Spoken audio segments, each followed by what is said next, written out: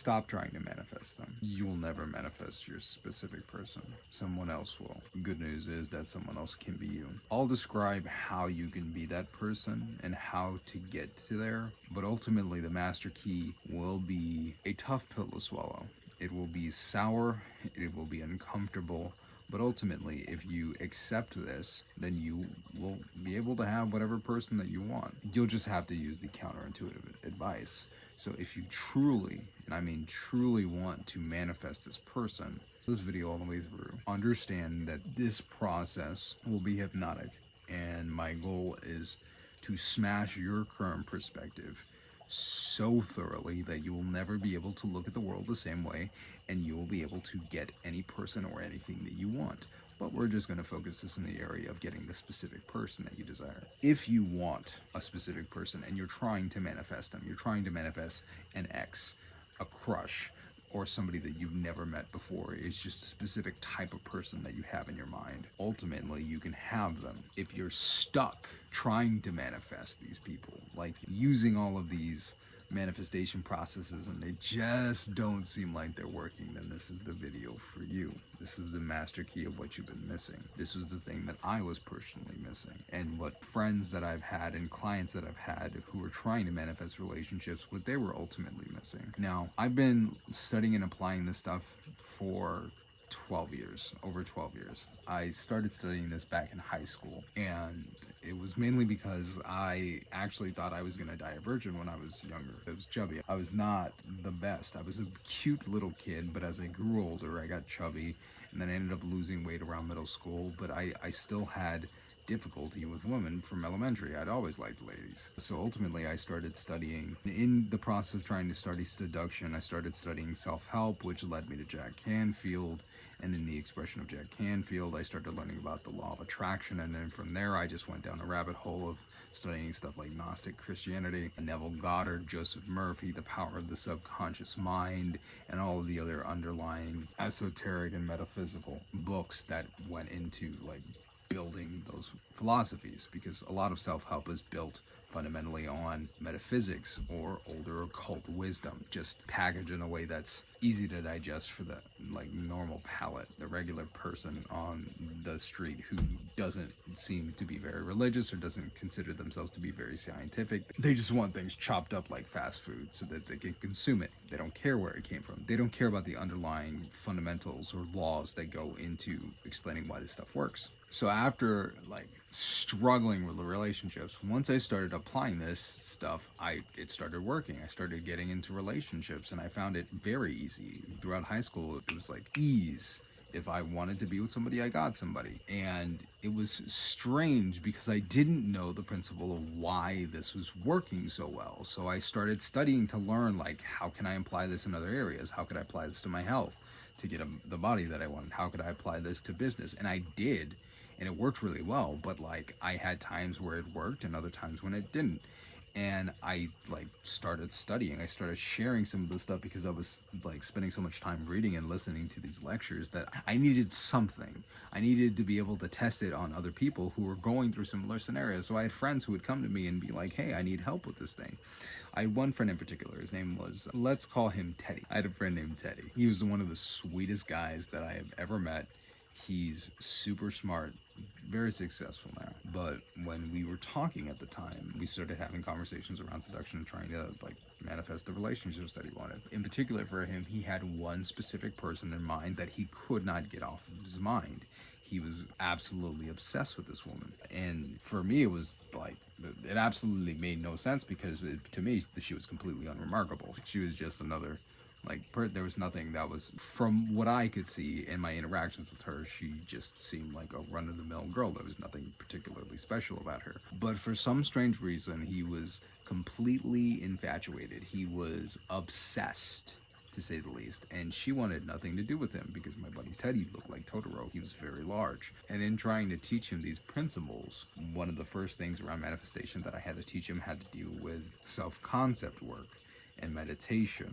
Self-concept work and meditation were relatively important because what makes us attractive ultimately isn't our bodies. It doesn't matter how overweight you look. There are tons of men who are overweight who are with gorgeous women. There are tons of men who don't look good, who do not consider themselves to be unattractive. They consider themselves to be attractive. They find out whatever qualities that they have that are attractive and then highlight them, and they go around with the assumption that they are attractive individuals, so women and other people follow suit. And this also works in the realm of women. If you truly believe yourself to be an attractive woman and understand your qualities that make you attractive, you don't need to physically look beautiful.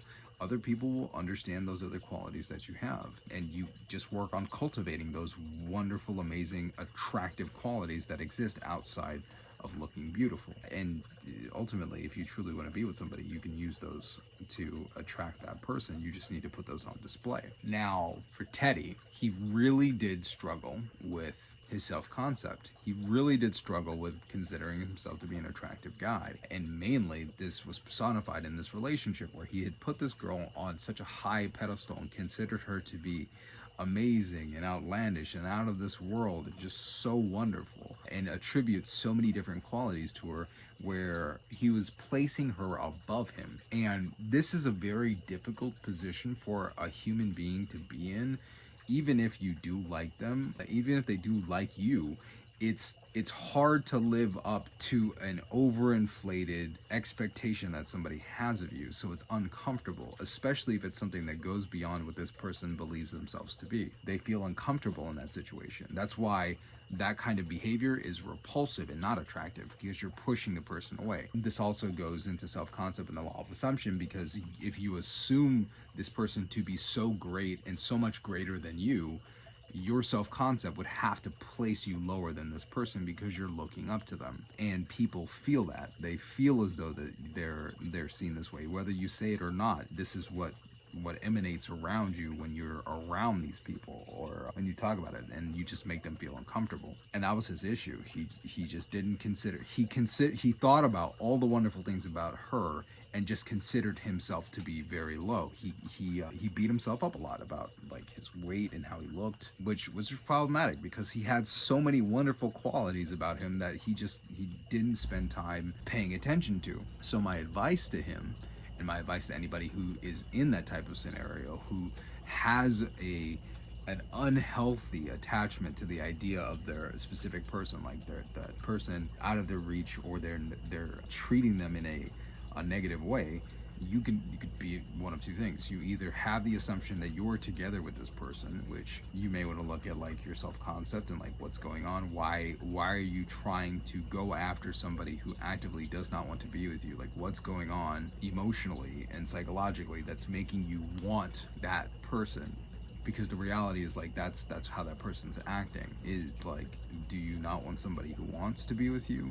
Or is there another reason for you to want to be with this person? And this is coming from somebody who did manifest a relationship with somebody who had moved to hate me. Like, hate.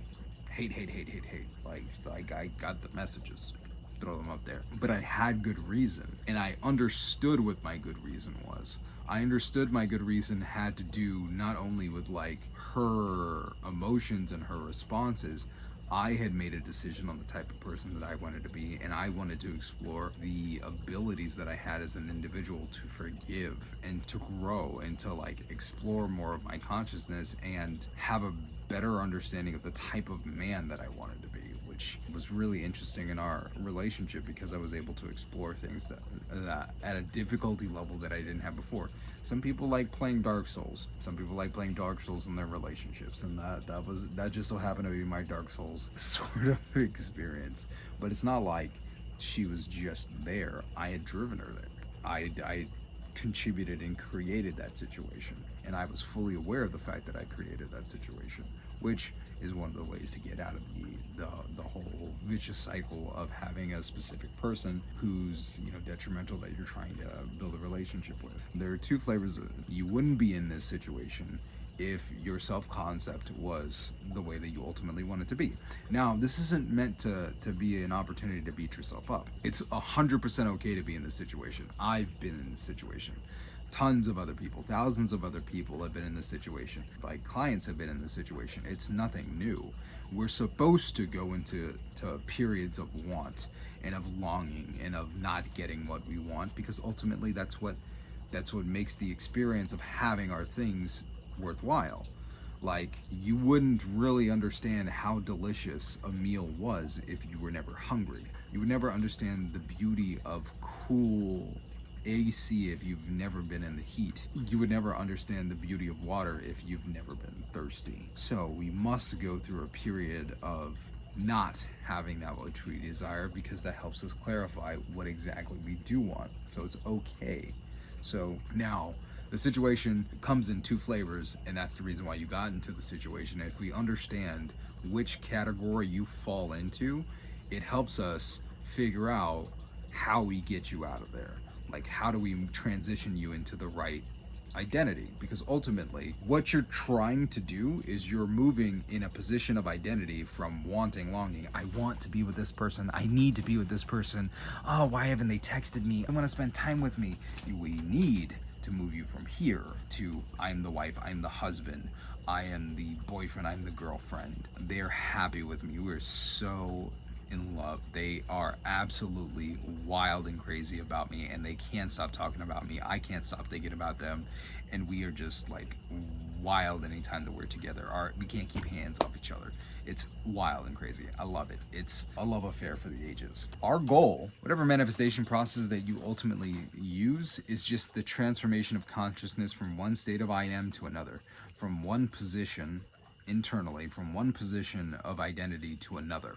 It's the transferring of consciousness from one to the other. And if you understand that that's ultimately what we're trying to do, is we're trying to create a transformation within ourselves, not in the world outside of us, but inside of ourselves, then you understand which processes or which systems or activities that you can do that create that feeling. Because ultimately that's all you're trying to do, is create the feeling. Ultimately you want to create the feeling, because the feeling actually builds the reality outside of us.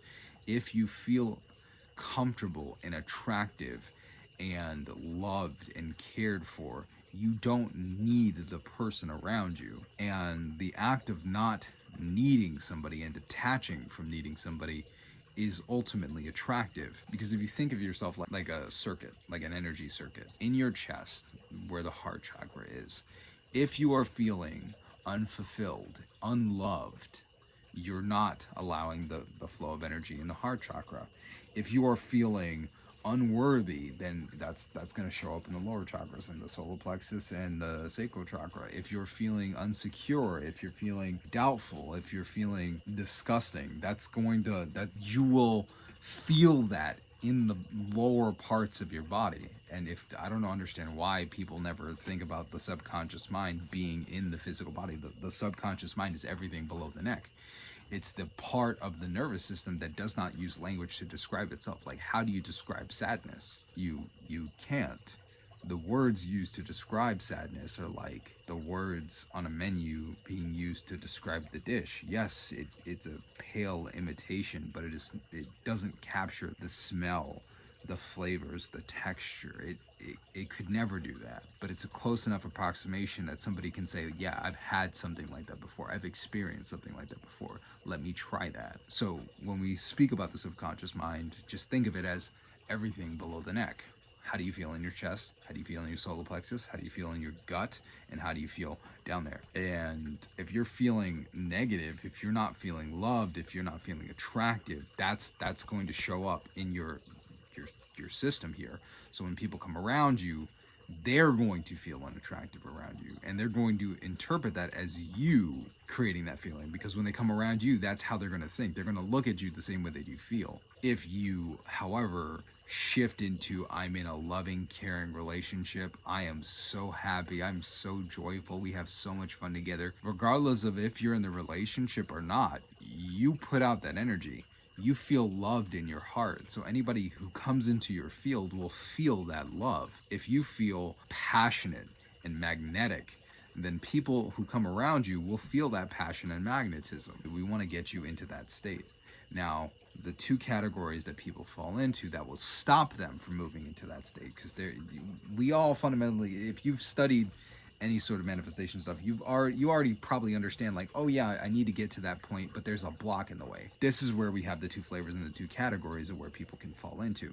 Number one is that you are just stuck in the loop of suffering, stuck in the loop of not being able to imagine yourself with this person. So you haven't found any sort of manifestation process that works for you, that creates the feeling. So ultimately, it's just the same loop.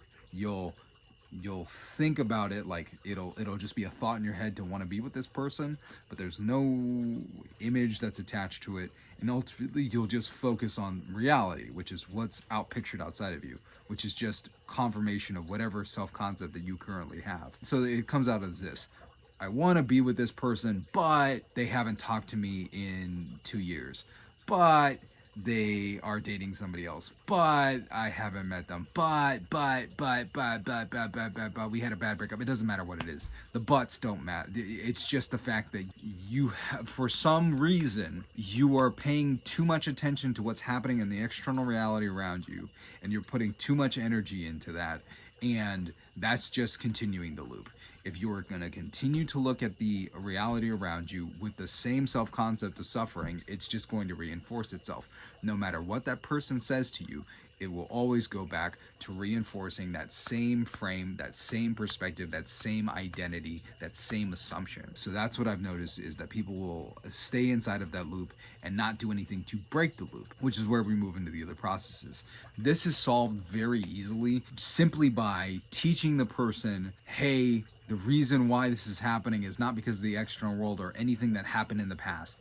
None of that. It's just what you're currently feeling right now. That's it. If you do any of the processes and powerfully assume a new identity, a new feeling in your body, and you cultivate that and then play it again and again and again and practice that feeling, you will ultimately end up manifesting a relationship, because you're going to imagine things differently, you'll act differently, you'll come across in conversations differently, you're going to start living your life differently, and ultimately you will be a fundamentally different person when you come into contact with this other person. And we want you to fundamentally be a different person, because you have to become someone new. That's how we solve it. Oh, that car's going fast. Of course, Holland. All right, so that's one. The second scenario is usually somebody who has found a technique. They have created the feeling of the wish fulfilled. They have created the assumption of being with this person. But something else has come up, where some form of doubt has popped up, some action that their specific person took just didn't sit right with them, so they just started creating doubt. Or there was the seeming appearance of no manifestation at all, and they doubted and killed the creation. Now, in the second scenario, the problem that happens is very common. Usually this will happen with somebody who has studied manifestation. They've probably manifested some other things in their lives, and now they're shifting their focus into their love life. And they have somebody that they have their hearts and their eyes set on, that they want to manifest a relationship with. They want this person in their bed. They want this person in their car when they're driving to dinner, just enjoying and living life with this person. But doubt creeps in. Now, for this person, what I've noticed, the missing piece happens to usually be not using another manifestation technique. Usually what I've found that works really well is that this person probably has some sort of emotional block. Usually we'll have a manifestation of doubt or something else like that, which is the assumption of an old identity or some old wound or old ego concept that doesn't want to be let go. It's usually a coping mechanism that was learned that they haven't figured out how to let go of, and because of that, it's just manifesting as doubtful thoughts, where they can't seem to stay focused on what the reality is that they want in their life. And what I found that works really well for those people is teaching processes like emotional freedom technique, Ho'oponopono. These are forgiveness exercises and doing things to cleanse the consciousness and to cleanse the body. When you start cleansing old traumas and old thought patterns, it opens you up to a neutral state where you can create the relationship that you want, that you deserve. So for me, what I noticed with my relationship, and this was a very fiery, crazy scenario, was I never thought that I could settle down and get married. That was my big issue. And that had to do with my parents, issues that had gone very far back with my parents and how their relationship developed, because ultimately my parents ended up splitting. My parents ended up not being together. I didn't want to go down the path like my dad did. but I felt as though like I had been wounded, and I was uncertain, like I was unworthy of love. So like I would unconsciously self-sabotage my relationships and myself, and work to make myself more and more unlovable, because I didn't believe I was deserving of the type of love that I wanted. So because of the actions and things that I had done throughout my life, we usually feel guilty and regretful of like different things that happened. And the stuff that really helped me with healing my relationship with my partner had nothing to do with my partner at all. It had to do with forgiving myself for traumatic things that happened when I was a kid. And when I started the process of forgiveness, using stuff like Ho'oponopono, releasing resentment for myself, and anger at myself, anger and disappointment at myself for my actions or lack of action, when I started like letting that stuff go, I remember at one point I was with my partner in the bathroom, and like and this is actually where at a point where we were just like really angry with each other, but she gave me the opportunity to really like release and let go, and to know like it wasn't my fault what happened. I could forgive myself. Like I finally had that cathartic emotional release. And those are things that happened, you know, several times. But after having those cathartic emotional releases, I was in a space where I was like, you know what? I could finally just stay hyper focused on what I wanted to create, because I felt as I internally, this is not a thought. You can think you're worthy, but you have to actually feel it. It needs to go below the neck. It needs to go into the subconscious mind. It needs to sink down in, which means that certain things might come up that need to be released. And usually this will be something like crying or any other sort of feeling like that. If we allow those feelings of guilt and unworthiness to rise up, and we confront it and say like, you know, thank you, I'm sorry, forgive me, I love you, which is so one of those 4 phrases, feeling that, releasing it, and transmuting those feelings into love. By releasing those feelings, we move into a space where we feel worthy of love. We feel worthy of having the relationship. So when it comes to thinking and imagining and using the processes, we can do it with a clear conscience and a clear mind, because we ultimately want to be with the person that we want to be with. Now, funny thing is, if you do this process and you go through as much of that stuff as you possibly can, you may end up finding that you don't want to be with the person that you thought you wanted to be with at all. That desire could completely dissolve in that process, which is another scary part of the process. If you truly do release and let go, you may find you are a very different person at the other end. You may look back and be like, why did I want to be with that person in the first place? Which was the case in 2 people. A recent person who actually read my original post on the unhinged method on Reddit, who I was DMing, and my friend Teddy. Now what happened with Teddy is we did some of the self-concept work, and I said, just forget about her. She's going off to college, you're going off to college, you're going to 2 separate schools. Forget about her, dude.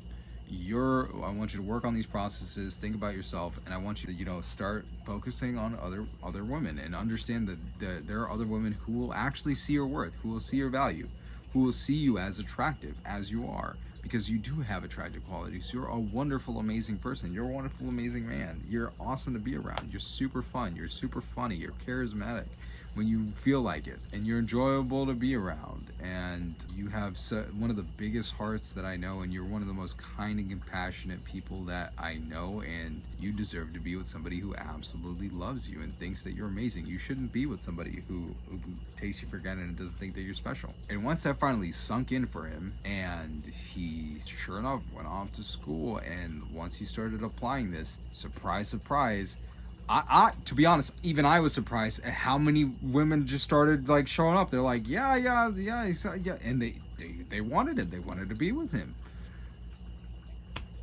They all had their reasons for liking him, and they're like, he had multiple women that wanted to be with him. So he got the experiences that he needed to let himself know, I have my own worth, and there are people who I consider beautiful who can see my worth. I don't need this person. I don't understand why I was trying to get validation in this person in the first place. And I understand that the place that I was trying to build this relationship from was a wounded place. So once I healed that wound, after he eventually ended up healing that wound, the girl came back into his life, and he's like, you know what? I don't need her. I don't want her. I could get her. I don't want her. Surprise, surprise. And it's not even like a sour grapes kind of thing. He could have very easily gotten her. They had a conversation and she was like, oh, you're so different. You're so... And he's like, yeah, I'm not interested. And it was his choice because he was no longer the same person that he was before doing the healing processes, which is a similar thing that happened to the person that I was talking to on Reddit. She was someone who was dealing with very scary breakup, and her person, they had broken up, and this person completely blocked her, stopped talking to her, and started talking to somebody who she told her not to worry about. So it's just like a whole crazy mess. And I told her, like, hey, I didn't tell her, hey, you're not gonna want to be with your person, all that stuff, but I essentially told her, was like, hey, if you truly want to be in a relationship with this person, that's fine, but you may want to like do some of these exercises to help you, and these what we're going to go over next. These exercises can fundamentally help you with getting that person, if that's the right thing. If you feel as though in your heart that's what you want to create, you'll move into the space where you can. And she was really bad. Like, she was at the point where she was really suffering. She was having full-blown panic attacks, crying. And I gave her these processes. I gave her EFT tapping. And the point of EFT tapping is that what you're doing is you're tapping on energy meridians, you know, the Chinese meridians, the same ones that they use for like acupuncture. If you do tapping on these energy meridians, the philosophy and the belief system around what you're doing with either EFT or emotional freedom techniques or emotional freedom tapping or thought field therapy, ultimately what you're doing is you're breaking up what they refer to as perturbations in the thought field. There's a field, or like a magnetic field or an energy field of thought that moves around us, and if we have negative feelings or emotions within us, it's usually that stuff coming up through us in the field. And if we tap on these energy meridians in these spaces, we're ultimately breaking up those perturbations or those negative emotions which exist within our field, so that they don't bother us. We transmute those feelings into just pure consciousness and emotion and feeling, so we let it go. So she started doing tapping, and she was shocked within the first night. She started doing it. She's like, I don't feel panic attacks anymore. I'm not, crying my eyes out. And it's shocking. She was shocked at how fast it worked. And I'm like, I'm not shocked at all. But what did surprise me was what she said afterwards. I think within like maybe a day or two, she came back to me and said, like, I realized, why would I want to be with this person at all? Like, this person, she went from like being in a position where she was like, I can't believe that this person blocked me. This is awful, to realizing, wait a minute, this person didn't care about me as much as I thought. They had kept somebody who they said they weren't going to be with, that I had nothing to worry about. They kept this person in the sidelines. They didn't mention me to this person. So they withheld the information about, so it's like, if you truly did care about me, you would have told this person about me. So why would I want to be with somebody who's willing to hurt me and willing to harbor and have somebody else on the side like that? And somebody who just completely blocked me. It's like, do I want to be with them? Like, I'm in a space where I can manifest them now, but it's like, do I actually want that? And that profound shift in her mental framework and how she was looking at the world, I was like, you got it. You figured it out. You're one of those people. You cleared the energy, you cleared the space, and you were able to shift your perspective. And by shifting that perspective, she realized, even if I did get in a relationship with this person, this relationship would still be toxic. Do I want to have a toxic relationship like that? And the interesting thing is, some people will say, yes, I want a relationship with that SP, but I want it to be different.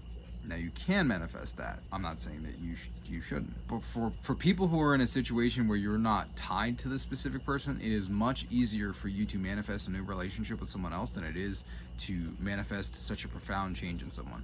You can manifest a profound change in someone, but really ask yourself, before you do that, is this person worth it? Is this part of my story? Is this something that I want to experience? Or do I want to have an easier experience with somebody who fully understands me and who wants to be with me?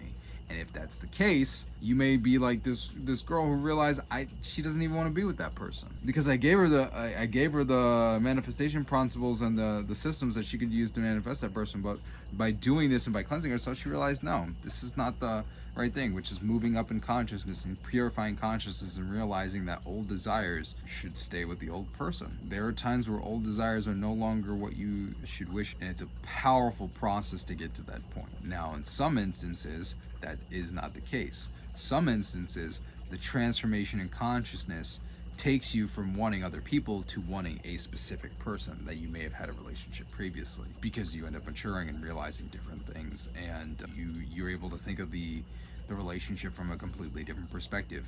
But ultimately, if you end up getting to that point, you don't manifest the same relationship. You actually manifest a completely new relationship with a completely new person, because you are a new person and they become a new person. They are not the same person that you're getting back together with, which seems contradictory, but with what I said earlier about, do you really want to be with this person? Yeah.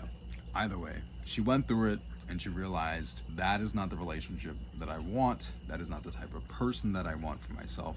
I deserve to have a loving, kind relationship with somebody who values me. I was shocked because it was super quick, it was super fast, and I wasn't expecting that, but it worked. And then she also found community. She found community with other people that she had been talking to who were there to support her through that process, to really, like, they saw her value and they wanted her to be with somebody who saw her value as well. It was a good, healthy transition into a healthy self-concept. And ultimately, if she wanted to, she could manifest that relationship back. But if you end up healing self-concepts, there are times where, and this is on a case-by-case basis, because you can manifest whatever you want, there are some instances where when you heal and you release and let go, you realize that that situation or that relationship was something that you were trying to manifest out of a core wound, out of a parent wound, out of a hurt place. And once you heal yourself, you realize that's not the type of medicine for me. That's not what I want in my life. So if that's not the case for you, and you use these processes, then you can use the next step to manifest the relationship that you want. So before you go through manifesting a relationship, I suggest clearing emotions and clearing any of the negative stuff that's coming up. Because once you clear that, it's much easier for you to do your manifestation processes from a neutral state, which has to do with forgiveness. So forgiveness exercises with relationships are very important, because we put ourselves into a state where we are in a clear consciousness to just be, to love. Now, the one forgiveness exercise that I recommend is a Hawaiian shamanic process, I believe, from kahunas. I forgot the doctor's name, but I'll put it somewhere here.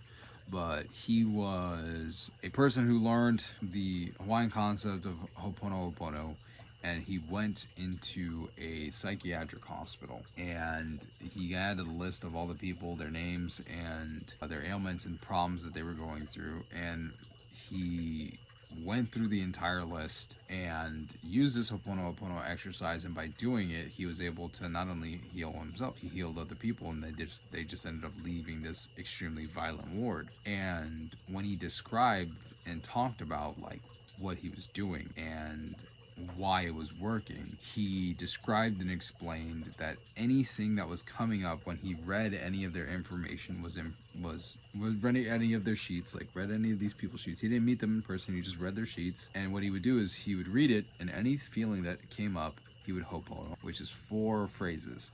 Thank you, I'm sorry, forgive me, I love you. Thank you, I'm sorry, forgive me, I love you. And the beauty of Ho'oponopono is what you are doing is you're taking responsibility for the creation, because this wouldn't show up in your ignorance if you didn't do something within yourself to create it. Not you, the personality or the ego, but the internal or the eternal I, the ultimate consciousness that is the same consciousness that's shared between everybody, that's shared between all conscious beings. That I. You are accepting responsibility for what's coming up inside of you, because you created it at some unconscious level. And by taking that information, whatever's coming up inside of you, and transmuting it into love, you end up releasing it. And whatever manifestation that feeling is creating, disappears from the experience, because it without consciousness, without you having it within your subconscious body, it can no longer exist. So what would happen is he would read this, and some sort of feeling would come up when he read a patient sheet, like, well, what this person was like had done or what they were doing, and he would say,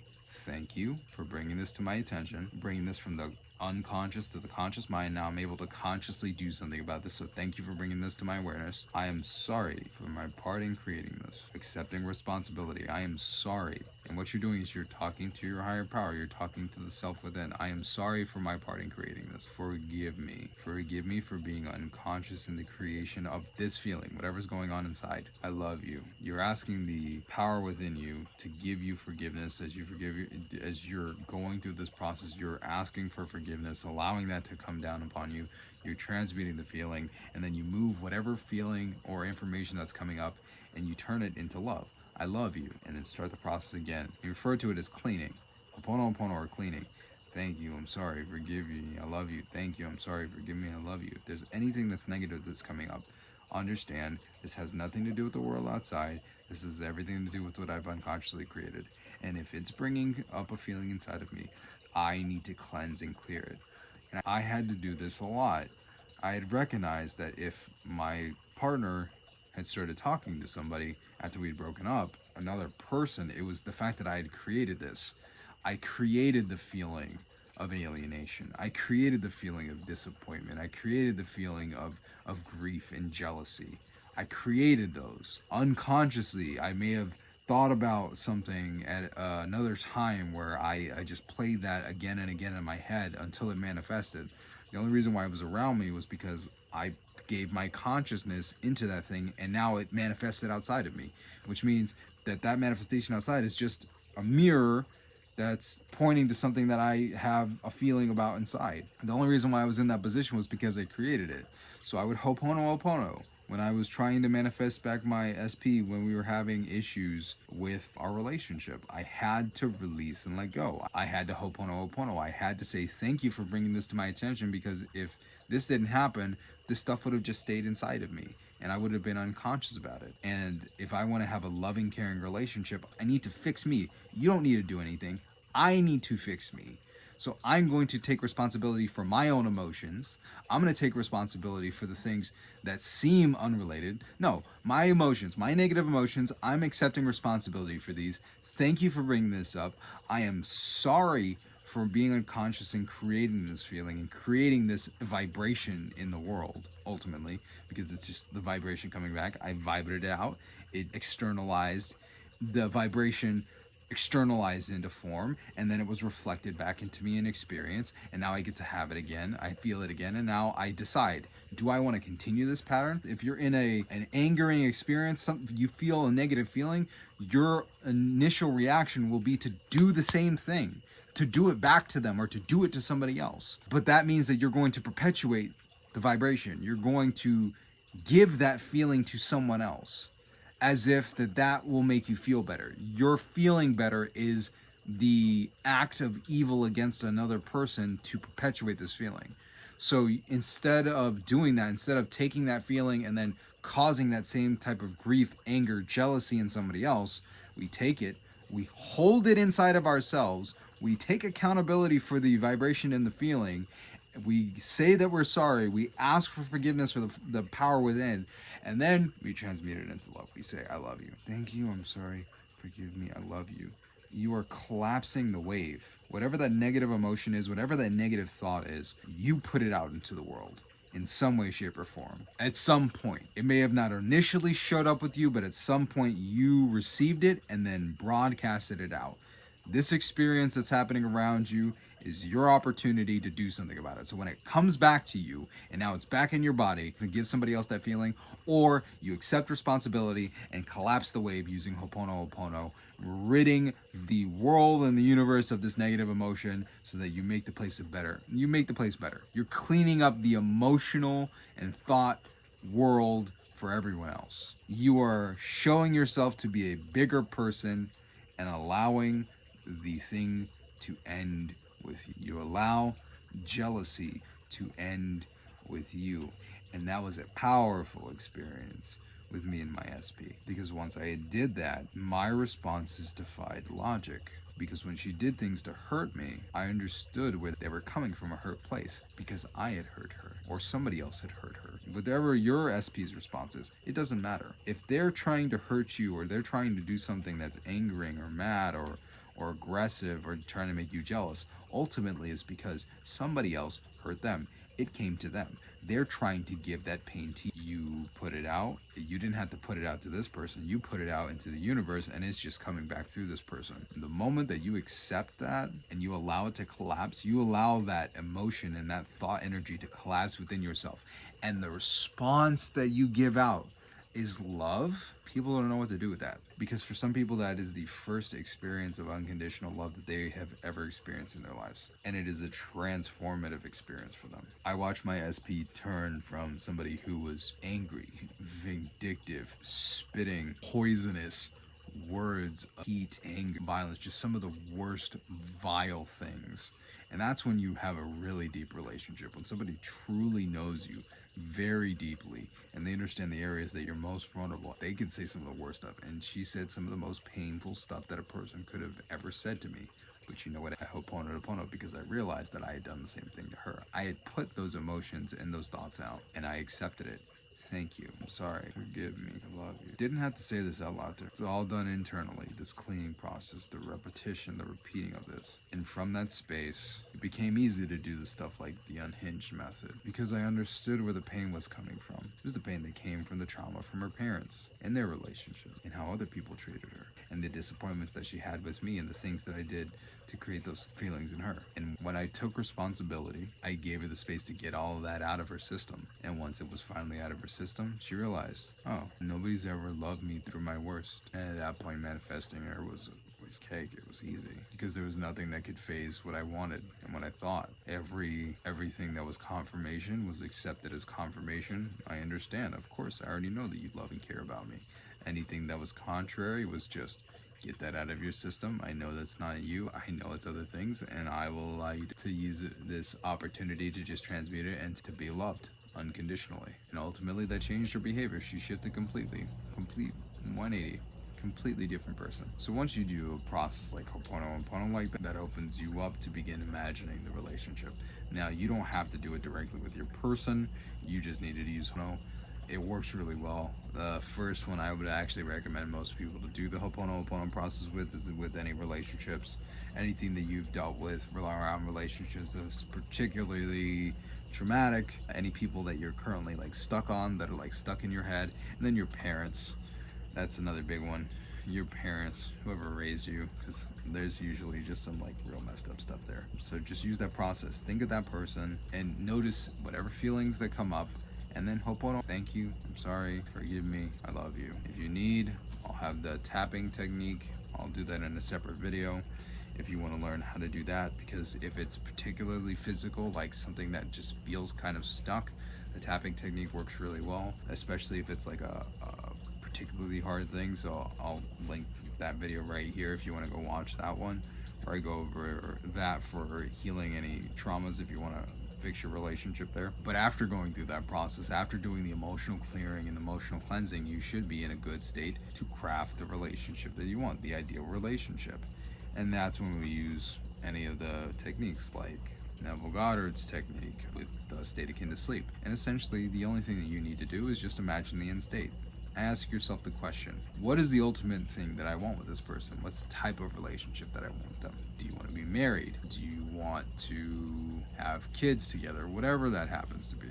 Don't think of a small manifestation, because I've heard and talked to a lot of people who are just like, I just want to manifest a text from them. Who cares if they text you back? That story isn't exciting. It's not an exciting love story. Oh, they texted you back.